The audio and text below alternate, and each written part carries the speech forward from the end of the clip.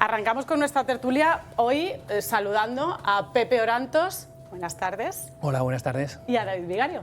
Muy buenas tardes. Hoy vamos a hablar mucho de economía y de hecho vamos a empezar con una entrevista. ¿Os parece? ¿Vais a estar atentos? Fenomenal, claro que sí, como buenos alumnos. Como En inicio de curso, ¿no? Después os va a tocar preguntar. Muy bien. Bueno, vamos a arrancar, como bien decía el programa, hablando de economía. Lo hacemos con el consejero, con Guillermo Santamaría. Buenas tardes, consejero, ¿cómo está? Buenas tardes, Luz Carmen, muy bien, encantado de estar aquí con vosotros y buenas tardes a Pepe y a David. Vamos a empezar por la situación económica general de la región. ¿Cómo estamos? ¿En qué momento nos encontramos? ¿Qué dicen los datos? Bueno, pues los datos dicen que estamos en un buen momento de la economía. Sabéis que el Producto Interior Bruto de Extremadura crece por encima de lo que hace la eurozona. En el último informe que ha publicado BBVA Research, la previsión es que en 2025 cerremos con un PIB per cápita creciendo al 2,1, en el 26 al 1,6, o sea, por encima de la media del país. Los datos de empleo lo sabéis, nunca habíamos bajado de 70.000 desempleados. Estamos en el entorno de los 65.000 y además BBVA Research nos dice que vamos a crear 13.400 empleos nuevos entre este año y el año que viene. Estamos en una situación de deuda muy controlada, que cerró el año en un 21% y que el 25% lo va a cerrar, según nos ha confirmado la IREF, por debajo del 19%, en el 18,7%, la deuda muy estabilizada. Hemos pasado de un déficit presupuestario a un superávit presupuestario gracias a la buena gestión de la consejera Elena Manzano. El sector del comercio, del servicios de mercado está creciendo al doble que España, el industrial al triple. En definitiva, las cifras macroeconómicas dicen que estamos en el buen camino, aunque tenemos desde luego mucho que hacer todavía. Estos datos que están sobre la mesa, que son positivos, son los que hacen que empresas, por ejemplo, como la fábrica de diamantes de Trujillo, estén ya en la región, la gigafactoría de Navalmoral está ya en marcha. ¿Esto es lo que nos hace atractivos en Extremadura? Bueno, yo creo que Extremadura es muy atractiva para la inversión por múltiples motivos. Uno, porque hay un gobierno, el gobierno de la presidenta María Guardiola, que acompaña de principio a fin acortando los plazos, porque producimos 6 veces más potencia eléctrica de la que consumimos, como sabéis, y esto es muy importante que se mantenga. Yo creo que es la principal diferencia competitiva de Extremadura, es la producción eléctrica. Por esto es tan importante que no se cierre la central de Almaraz, no solo por los más de 3.000 empleos que hay en el campo arañuelo, sino además porque sin duda es un diferencial que le da estabilidad y sobreproducción a nuestra red.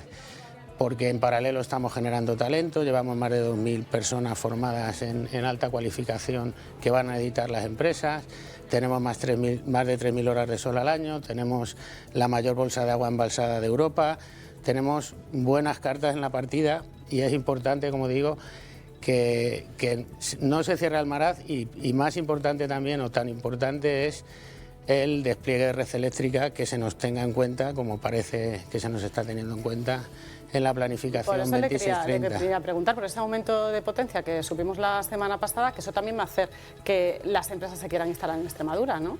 Sí, nuestra valoración inicial desde luego es positiva porque bastantes de nuestras demandas se han atendido.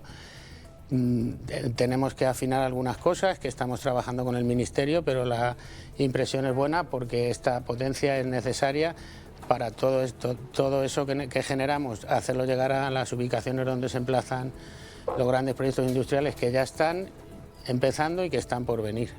Los grandes proyectos son muy importantes para la región, pero la mayoría son pymes, son autónomos, no lo tienen fácil.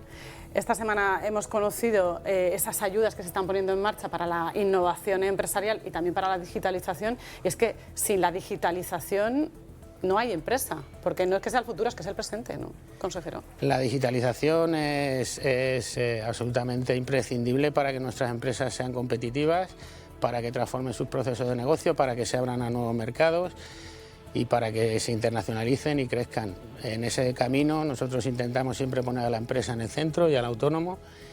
Y como decías, bueno, pues acabamos de resolver las ayudas para la digitalización del sector industrial, 3,8 millones para 46 empresas.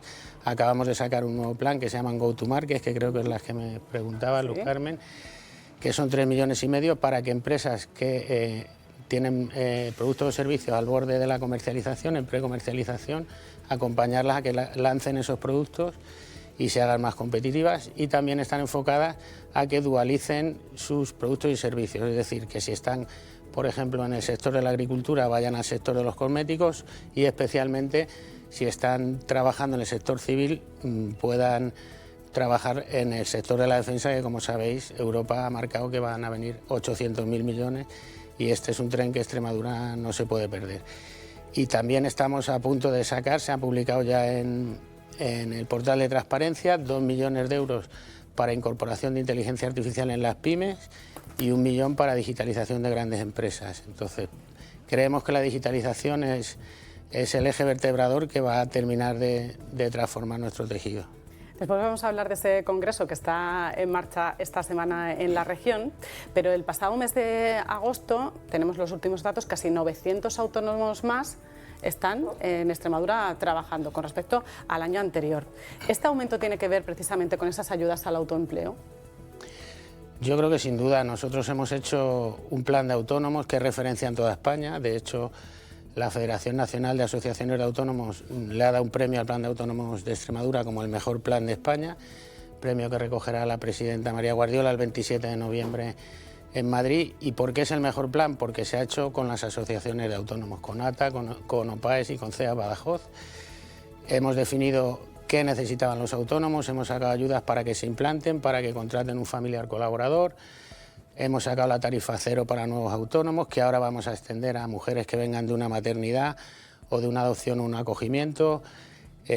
Y también lo vamos a extender, por ejemplo, a aquellos jóvenes que no llegan al salario mínimo interprofesional en sus beneficios. Vamos a sacar una nueva para animar, que esta fue una de las últimas peticiones que nos hicieron, a que los autónomos que son mayores se queden unos años más. Se va a llamar tarifa Quédate.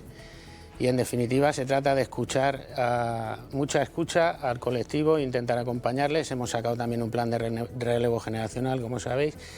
El mérito, desde luego, de lo que está sucediendo es de empresas y autónomos. Nosotros intentamos escuchar y acompañar.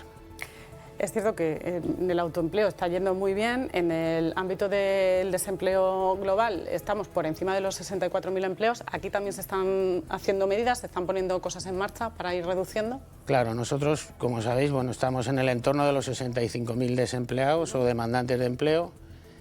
Tenemos, además del plan de autónomos, el otro buque insignia es el plan de empleo estable, donde sabéis que el primer año que se haga una contratación indefinida, porque queremos contrato de calidad para nuestros trabajadores, se le da una ayuda al empresario del 34% del salario bruto y esto ha generado 9.300 solicitudes. Además de esto, y de que seguimos depurando el plan de empleo estable, estamos yendo a colectivos específicos que entendemos que son insertables, como son los exmilitares. Hemos sacado un bono de ayuda para los exmilitares, como son los parados de larga duración, las mujeres que han sido víctimas de violencia de género o el entorno rural.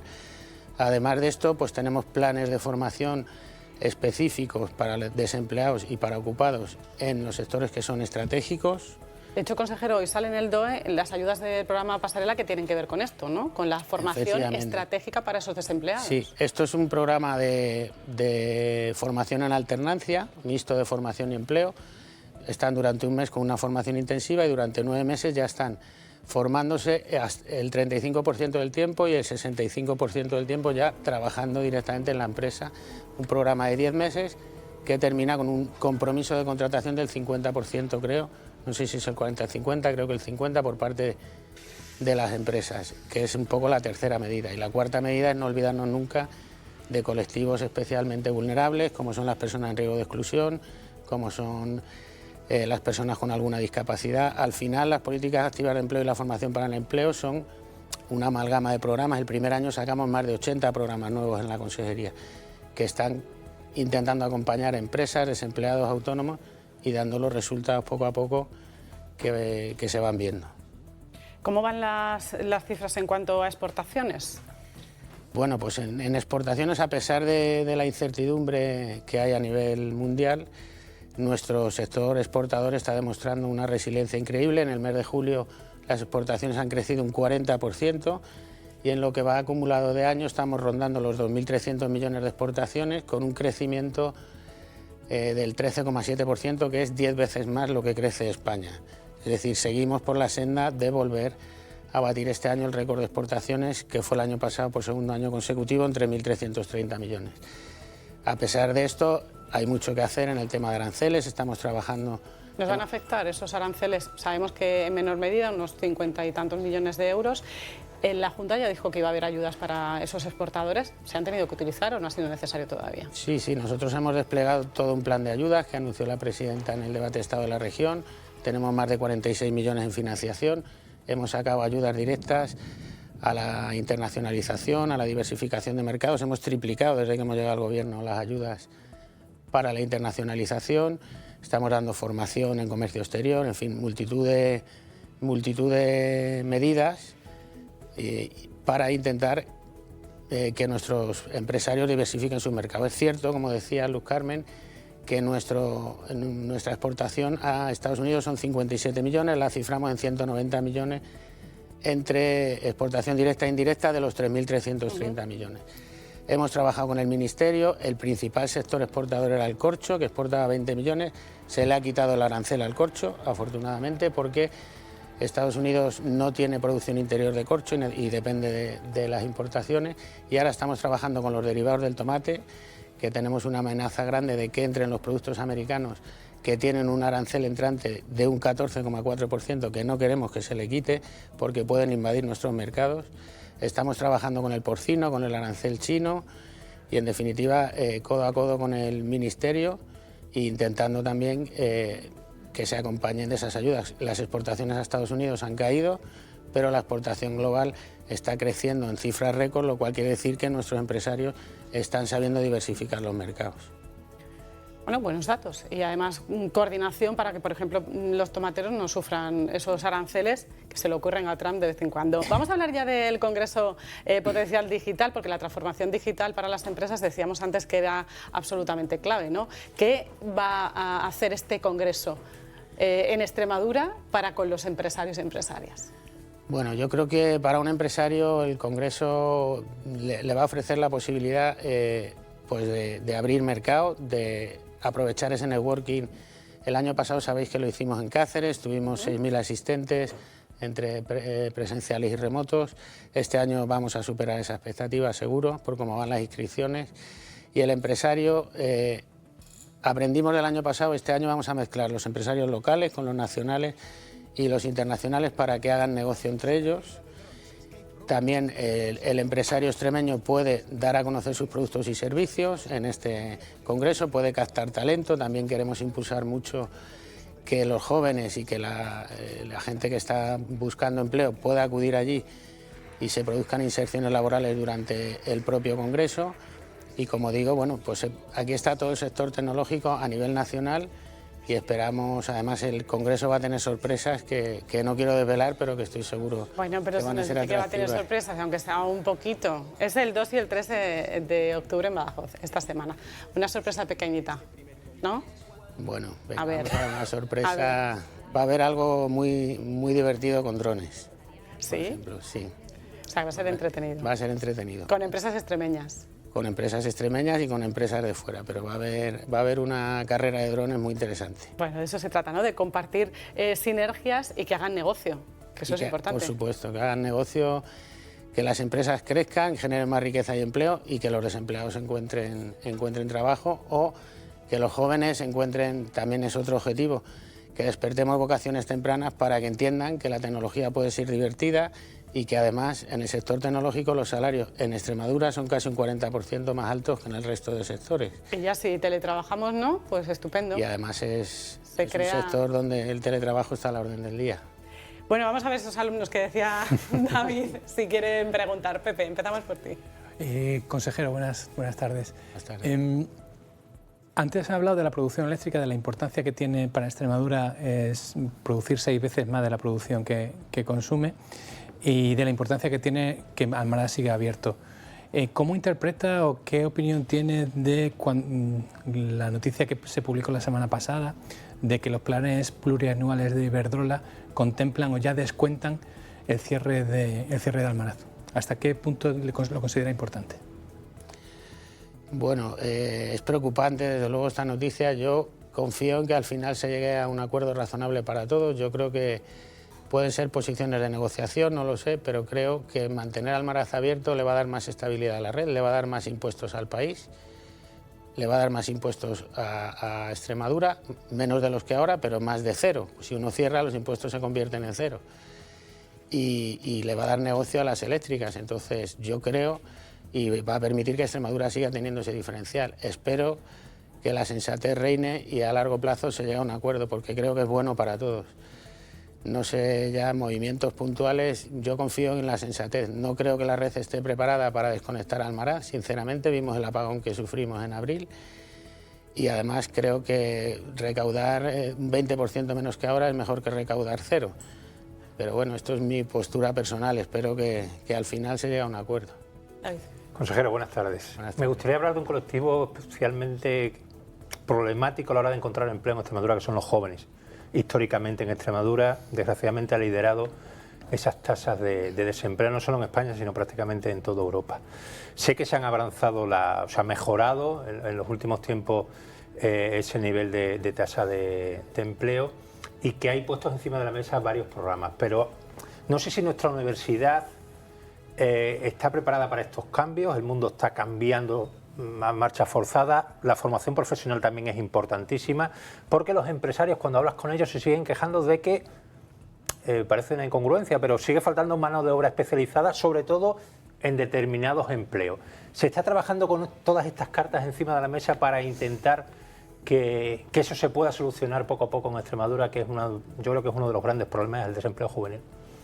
Sí, sin duda. Nosotros al llegar enseguida nos dimos cuenta que había que focalizarse sobre todo en jóvenes, mujeres, parados de larga duración. El primer año bajó 20 puntos el desempleo juvenil, es decir, que empezamos a ir un 20%, no 20 puntos. Empezamos a ir por el camino correcto y desde luego hay que cambiar el enfoque.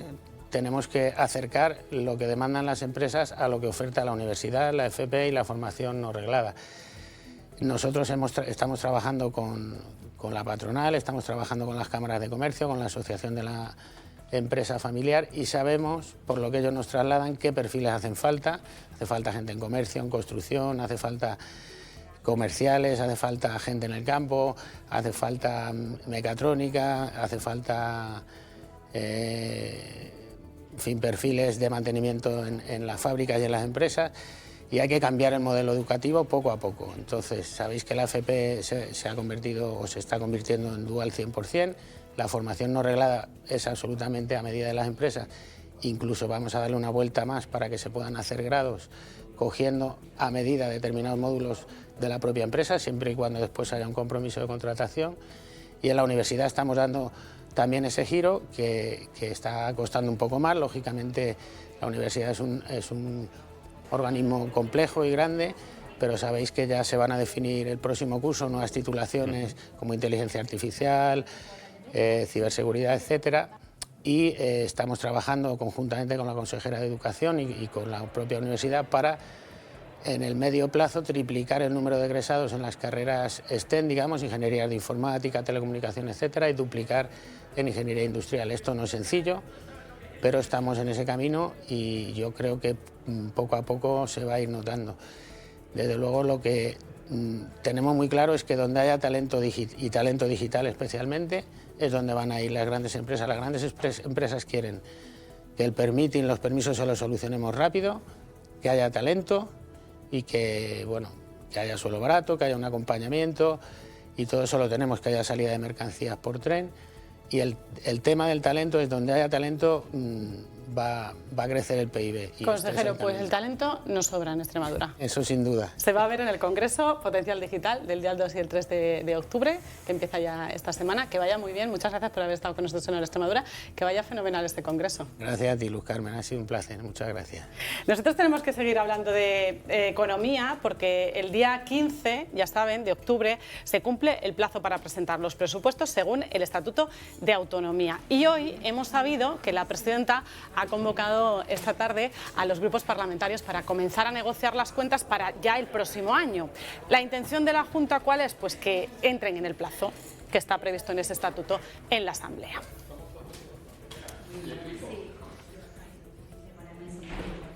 Es una reunión que ha convocado la presidenta. El año pasado esa reunión la convocó Elena Manzano, la consejera, con los grupos parlamentarios. ¿Os ha sorprendido que convoque la presidenta en esta ocasión? Es Sobre todo el formato, quizás a lo mejor, ¿no? Que sea, en principio, nos faltan todavía datos, pero confirmar si van a ser todos los grupos a la vez, aunque algunos... En principio van a ser todos los grupos a la vez, según han comentado el resto de grupos parlamentarios. Ahí va a estar, pero Vox me parece que ha dicho claro, que no es va, que ¿no? Vox ya ha dicho que no se sienta con Miguel Ángel Gallardo. Y Vox ha dicho que no va a ir a la reunión. Que no va a la reunión, con lo cual empezamos mal. Yo creo que Extremadura está, a pesar de que el consejero nos ha dado unas cifras realmente muy importantes, ¿qué serían de esas cifras si hubiéramos tenido presupuestos este año? Claro, yo creo que Extremadura... estamos prorrogando los presupuestos del año anterior. Exactamente, entonces... todavía, aunque ya no podemos mover el agua derramada, pero todavía no hay una explicación lógica por qué no se aprobaron los presupuestos del año pasado, ¿no?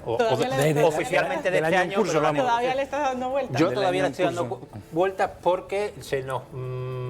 desde distintas fuentes se nos confirmó que iba a llegar a un acuerdo Partido Popular y Partido Socialista después de que descarrilaran. Claro, vamos a recordárselo un poco a la gente en casa, que han pasado unos meses, estuvieron a punto de firmar los presupuestos, Partido Popular y Partido Socialista, a nada. En el momento casi de firmar hubo una ruptura. Entonces, para mí es muy importante que Extremadura tenga presupuestos porque hay que subrayar que a nivel nacional tampoco los tenemos, entonces es una anomalía que además se multiplica aquí en Extremadura porque ni los hay nacional ni los hay autonómicos y por lo tanto yo creo que aunque los números vayan bien en Extremadura, siempre los presupuestos te dan un arrope sin duda y no tienes que recurrir a decretos y a cambiar este tipo de circunstancias, ¿no? Yo de verdad que pido sentido común, pido mirar a los extremeños. Todavía, a pesar de alguna noticia que ha aparecido hoy en algún medio, creo que queda legislatura por delante. Y creo que es fundamental el que las cuentas salgan y que nos dejemos de estrategias a cortísimo plazo, aunque desgraciadamente es lo que nos está tocando vivir en los últimos tiempos. Claro, es que la clave está en esto último que señala, creo, desde mi punto de vista, creo que la clave está en lo último que señala David. Es imposible mirar esta negociación presupuestaria sin una clave política pura y dura. Hoy ABC publica que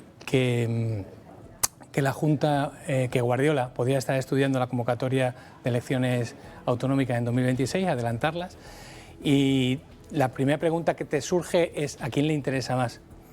¿Le interesa más a Vox, que ya ha dicho que no se sienta y que quiere enseguida hacer caja de ese buen dato que le dan las encuestas?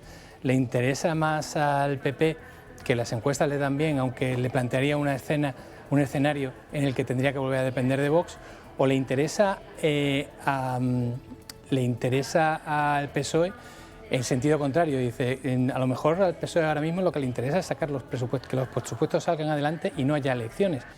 Porque plantearte unas elecciones autonómicas, imaginaos en abril, mayo de 2026, en pleno juicio contra Gallardo y Azagra, sería absolutamente devastador.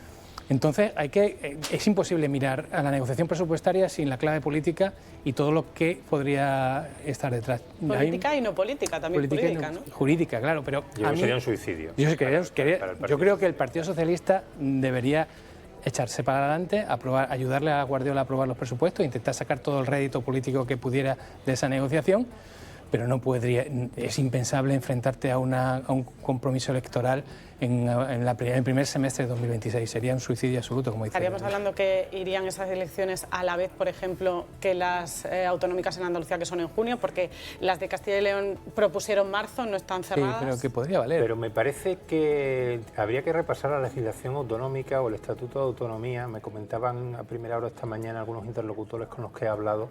No sé si legalmente ya a un año justo de las elecciones podría hacerse. Yo creo que hay que consultarlo bien. Sí, en Extremadura.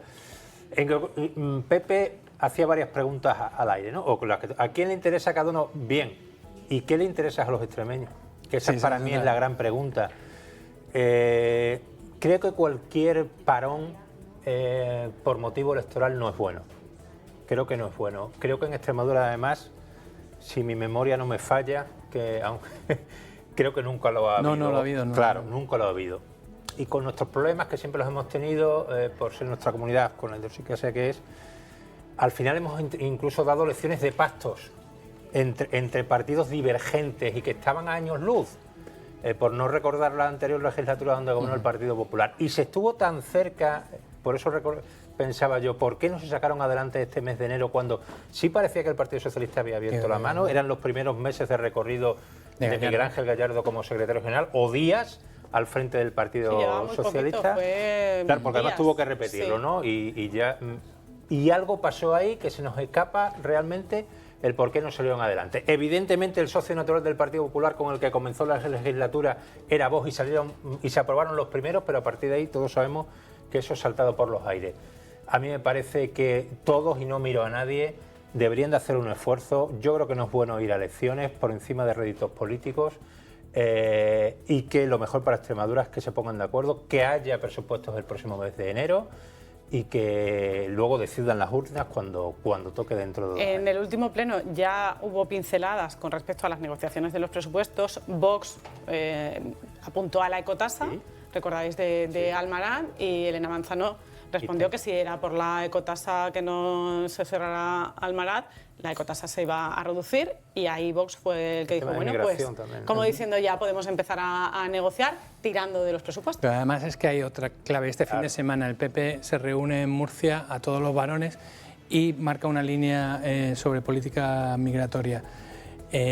Ahora mismo el consejero Guillermo Santamaría nos ha dicho que el 20% menos, un 20% menos siempre va a ser más que cero, hablando de la ecotasa y hablando de los impuestos al mar.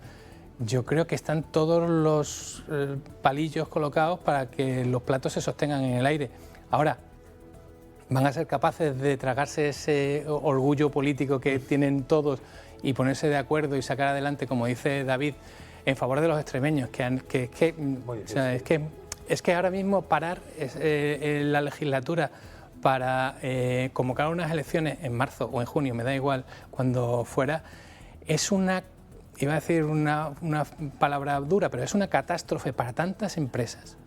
Para tantas empresas y tantos trabajadores en estabilidad nunca fue. Es un desastre. Hablabais del contexto político, ya tenemos las declaraciones de esta mañana de los grupos parlamentarios. Creo que nos queda Unidas por Extremadura por tener, pero vamos a escuchar a los que ya sí nos han llegado. Este encuentro ha sido convocado por la presidenta de la Junta de Extremadura, María Guardiola, quien va a liderar este encuentro. Y es una diferencia palpable en la forma de gestionar del Partido Socialista y del Partido Popular. Mientras 15 días antes la presidenta de la Junta está reuniendo a los grupos parlamentarios para hablar del presupuesto y dar los grandes números y escuchar propuestas, mañana le finaliza el plazo al presidente del Gobierno, Pedro Sánchez, para registrar los presupuestos generales del Estado en el Congreso de los Diputados, y por tercer año consecutivo el Gobierno de España va a faltar a su obligación constitucional de registrar presupuestos. Ustedes comprenderán que al Grupo Parlamentario Vox no va a reunirse con el Partido Socialista mientras el señor Gallardo sea su presidente. Si la señora Guardiola quiere que los presupuestos para el 2026 vayan hacia adelante, tiene un camino muy sencillo: que me llame a mí como presidente del grupo y yo estaré encantado de sentarme con la señora Guardiola para discutir lo que ella quiera acerca de los presupuestos del año 26. Nosotros a la reunión vamos tal y como, para que nos entienda la gente. Vamos a la reunión y punto. Entonces, hasta esta tarde o mañana nos va a dar datos el Gobierno en la reunión, nos va a dar las líneas maestras del presupuesto, nos va a decir cuál es su planteamiento de negociación. No lo sabemos, pero es que con este Gobierno puede pasar cualquier cosa. Cualquier cosa, porque tenemos el mejor antecedente en la negociación del presupuesto del año 2025. Que cerrado el acuerdo con el Partido Socialista, en un ejercicio de responsabilidad muy importante por parte del PSOE de Extremadura, le llaman de Madrid y dice que verde las han segado y se llevan los presupuestos para atrás y los retiran. Estas son las posturas de los partidos a esta hora. La reunión es a las 6 de la tarde. Veremos en qué queda. No nos queda tiempo para más. Comentario chiquitito, venga, para decir adiós. Que siempre es importante la escenografía, y es verdad que la lidera la presidenta de la Junta de Extremadura. Yo creo que es un paso en la comunicación política importante, sin despreciar a los consejeros. ¿Pepe? Yo creo que hay pistas en las declaraciones de Pelayo y creo que puede ser un buen indicio para salir adelante. Veremos en qué queda. Mañana lo contamos. Gracias por haber estado esta mañana con nosotros en Hora Extremadura.